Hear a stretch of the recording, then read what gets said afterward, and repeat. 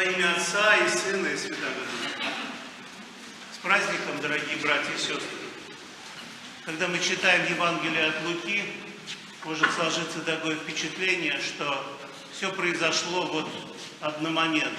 Воскресение Христа, явление ученикам, вот это удивление их, разговор, слова, пояснения какие-то, что надлежало исполниться, и буквально сразу же он выводит их из города до Вифании и совершается вознесение. Но, конечно, Лука не это хочет сказать, что все это произошло в один момент, а как бы концентрирует для нас все самое главное. Поэтому мы читаем это сегодня в праздник Вознесения. Все собрано как в фокусе. Собраны те события, которые растянулись в других Евангелиях на 40 дней, или, как мы сейчас слышали это из Деяний святых апостолов, по истечении 40 дней, когда Христос, воскресший, являлся своим учеником, разное время, разным способом, показывая, предъявляя им, что исполнилось то, что должно было произойти, что было описано в законе Моисеевом, у пророков и в псалмах. И общаясь с ними во плоти, это подчеркивается и в сегодняшнем Евангелии. Он не стал духом, он не изменился, не вышла из него эта душа, как порой говорят христиане, что человек умирает, и душа бестелесная улетает куда-то на небо, на 9-й день или на 40-й, я уж не знаю, как это происходит у современных христиан, но Христос показывает нечто другое. Он предлагает своим ученикам осязать Его. Дух, плоти и костей не имеет, говорит Он, осяжите меня. Я здесь посреди вас в теле. Да, это тело другое, это тело воскресшего Христа. Но это тело. И в подтверждение того, что Он в теле, это некое изображение, лишь какая-то проекция чего-то другого. Он вкушает вместе с ними пищу. Он ест, и это что-то невероятное. И как он вышел из ада, где он пребывал 3 дня и 3 ночи, и как он открыл двери этого ада, то есть двери в воскресение для всякой плоти, для всякого человека, который неминуемо сходит в эту преисподнюю, потому что смерть, она закрывает эту жизнь, ставит в ней точку, но эта точка не окончательная.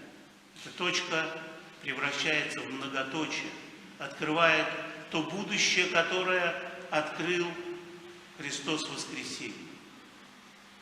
И это преисподнее, это то, что представляется неким нижним, тем, что под нами, да, потому что всегда этот образ нисхождения в преисподнюю и выхода из него — это движение вниз и вверх. Но это движение вверх продолжается и дальше. Вознесение Христа — это вознесение плоти человеческой на небо. Он возносится на небо не просто как Сын Божий, не как Бог, но как Бог воплотившийся, как Бог, который стал человеком во всей полноте человеческого естества. И все это человеческое естество, да, преображенное воскресением, но тем не менее человеческое естество вознесено на небо. И как будет сегодня сказано в отпусте, Он вознесся на небо от нас, не от своих учеников, а к акцент на нас всех, тех, кто сегодня здесь, в этом 2026 году, пребывает посреди храма, Он возносится от нас с вами и садится одесную Отца. То есть возносит человеческую плоть и сажает ее по правую руку от Отца. Это призвание человека, призвание всякого того, кто готов открыть свое сердце Господу, открыть свой ум к разумению Писания, как это сегодня мы услышали, произошло с его учениками, которые не понимали до того момента, что должно произойти на самом деле. Они как бы и знали, потому что Христос об этом говорил, но не понимали. И вот происходит это уразумение, откровение ума, вхождение в какое-то естество, человеческое понимание того, что произошло с их учителем и что произойдет с каждым из них. Потому что по-другому быть не может. И Господь предлагает всем нам не только воскресение, но и вознесение. Это вознесение, которое начинается еще в жизни, как оно началось в жизни самого Христа. Потому что этот путь к вознесению, путь к тому, чтобы сесть по правую руку от Отца, начинается на этой земле, человеческим естеством, в тех делах, мыслях, словах, которые исполняет Христос на этой земле. И предлагает начать этот путь каждому из нас.